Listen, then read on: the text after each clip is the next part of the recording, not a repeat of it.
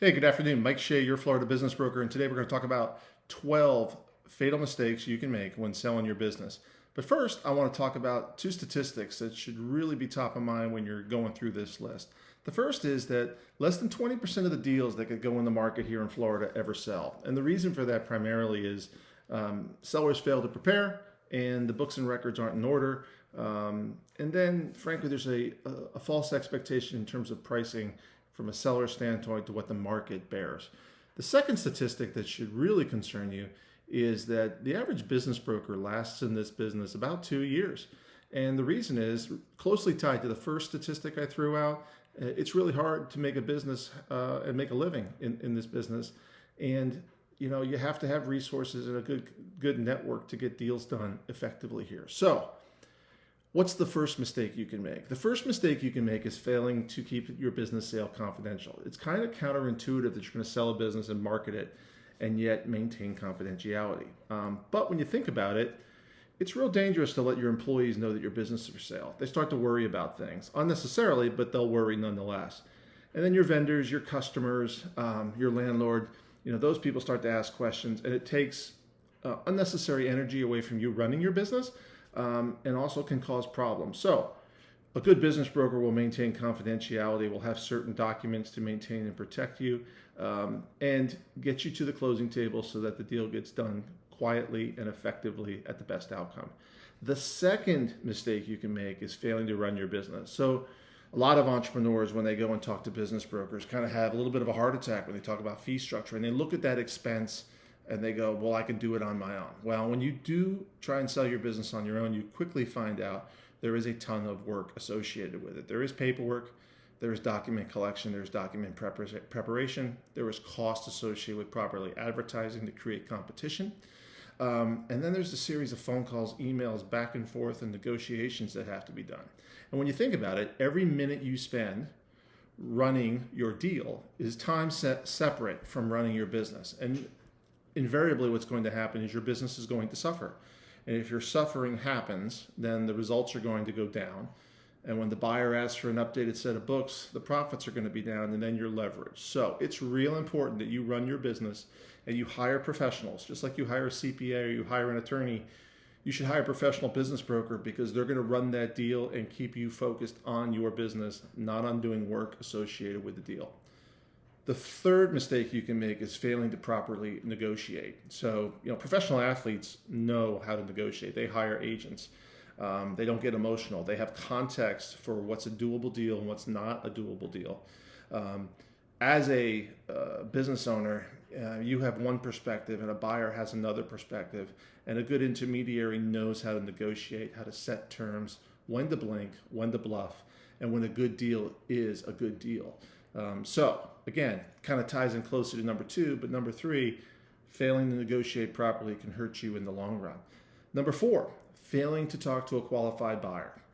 There are hundreds and hundreds of emails that I get every day on our listings. And if you don't believe me, call me and I'll show you. We do a really good job of weeding out tire kickers. 90% of the people who reach out to us never pull the trigger. We actually have a database where we've tracked people who have looked at multiple deals, and we know who they are. We also know the profile of which someone is realistic about their expectations of what the market is going to bear, first what they're going to get in terms of ROI, and what kind of deals are structured. The internet is riddled with people who tell other people they can get deals for no money down, or that a seller is going to finance 90% of a deal, or that they can go to a bank and get a loan. Brokers who are experienced in the business, who have been around a long time, know what's doable and what's not doable and cut through the time wasters really, really quickly. So think about it. If you don't hire a broker and you've never done a deal, you go out there and start talking to tire kickers, you're wasting a ton of time. And then again, there's that negative impact to your financials. So number 5, failing to move a deal along quickly. We have a word in our business, or a phrase in our business, called time kills deals. If you're doing bank deals, there's quarterly reports. Deals are like fish. They get old, they start to stink. People start to think life can happen, circumstances can happen, family money can happen, the stock market can happen, heck, COVID can happen, and change deal dynamics really, really quickly. So a good broker, I've heard it called bird dogs a deal, and can get it done quickly by moving the buyer, the seller, and all the associated professionals, lawyers, accountants, attorneys, closers, landlords, to the closing table as quickly as possible. Number 6, failing to price the deal correctly. So we've been around for 42 plus years, and we've collected some recent data and went back. We knew this intuitively, but overpricing a deal 15% higher than what we tell you will frankly result in your business not selling. If you overprice a deal because you think that you don't want to be the first one to blink, well, guess what? Sellers and brokers alike, or buyers and brokers alike, know what a deal should be properly priced at. B, we're not going to be able to get it financed, or we're not going to be able to get the best terms, which means you're going to have less buyers looking at your deal, which means less competition.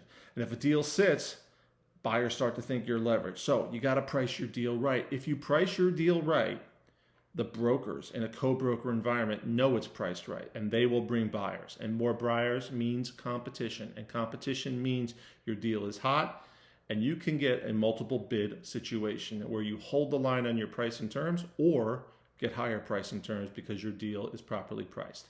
Number 7, failing to properly structure. What's doable, what's not doable, what is bankable, and what is not bankable. Knowing that in advance, 2, 3, 4, 5 years in advance, and getting your business prepped to sell makes all the difference. If you've run your business in such a manner that you don't have to pay taxes, and then you're a multi-million-dollar business and you expect buyers to pay you cash, you will not sell, because the buyers are going to try and leverage because they're smart. And without the ability to finance with a bank, you're probably not selling. And then you're stuck with an asset that's going to sell basically on the value of the fixed assets, not the value of the cash flow. So talk to a broker well in advance and understand how deals get structured properly and what is the norm in the market. Seller finance a real deal. It does not mean 20% down in the balance finance. It's more like the inverse, where we're financing the value of the assets that are lienable, which is a protection to the seller. But you got to structure your deal correctly, given the marketplace and the realities of finance and how banking actually works. Okay, failing to prepare for due diligence. Just like I tell buyers and sellers, more importantly, sellers, they should prepare in advance years ahead and know how deals get structured. You need to know what is going to be asked of you prior to going to market. You got to realize they're going to ask for bank statements. You got to realize they're going to ask for your tax returns. You got to realize they're going to do a phase 1 or phase 2 if property is involved. And you need to have all those things prepared and in line.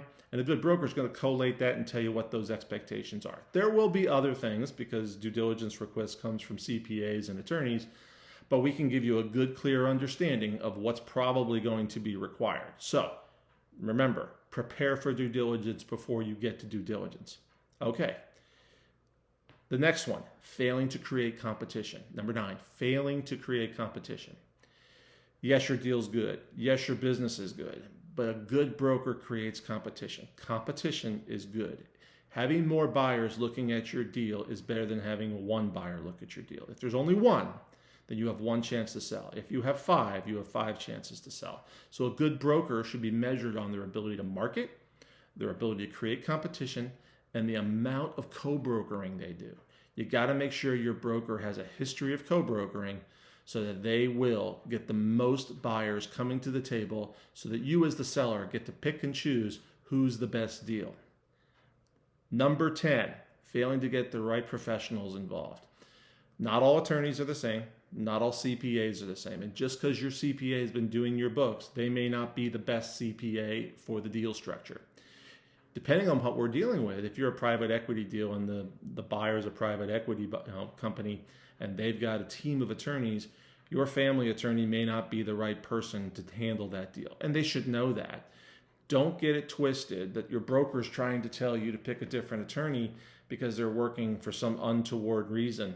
They're trying to get someone who's got the experience to manage the volume of work associated with the transaction. So listen to your broker and have a serious conversation with your professionals if the broker and you have decided someone else is the right fit to handle the deal. Because let's face it, a CPA in the middle of tax season who does tax records is not going to be able to handle the volume of work coming from a private equity group. God forbid your deal's going down on April 15th.